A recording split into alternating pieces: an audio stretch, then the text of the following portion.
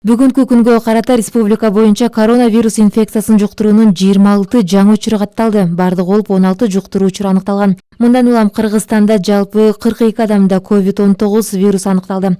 Алар төмөнкү медициналык мекемелерде жайгашкан. Бишкек шаарындагы республикалык клиникалык инфекциялык ооруканасында, Ош облустар аралык клиникалык ооруканасында, Ноокат аймактык ооруканасында, Жалал Абад облустук клиникалык ооруканасында жана Баткен облустук бириккен ооруканасында.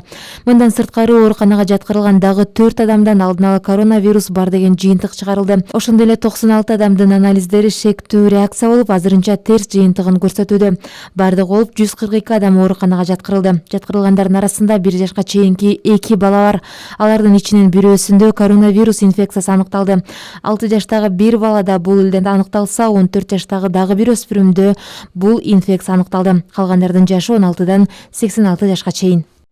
Коронавирус коркунучуна байланыштуу Кыргызстанда бюджеттен каржылануучу мекемеде эмгектенгендер аралыктан иштөөгө өтмөй болду. Бул тууралуу бүгүн вице-премьер-министр Насрандиев билдирди. Бардык мамлекеттик органдардын, министрликтердин жана мекемелердин жетекчилери өлкө аймагында өзгөчө абал режимин киргизүү мезгилине коронавирус инфекциясынын андан ары жайылышына жол бербөө максатында кызматкерлерин санитардык чараларды так сактоо менен аралыктан иштөөгө кое берсин деп айтты Насрандиев. 24 мартта президент Сооронбай Жээнбеков Бишкек, Ош жана Жалал Абад шаарларынын, Ош облусунун Ноокат, Кара Суу райондорунун, ошондой эле Жалал Абад облусунун Сузак району аймактарына өзгөчө абал киргизүү жөнүндөгү жарлыкка кол койду.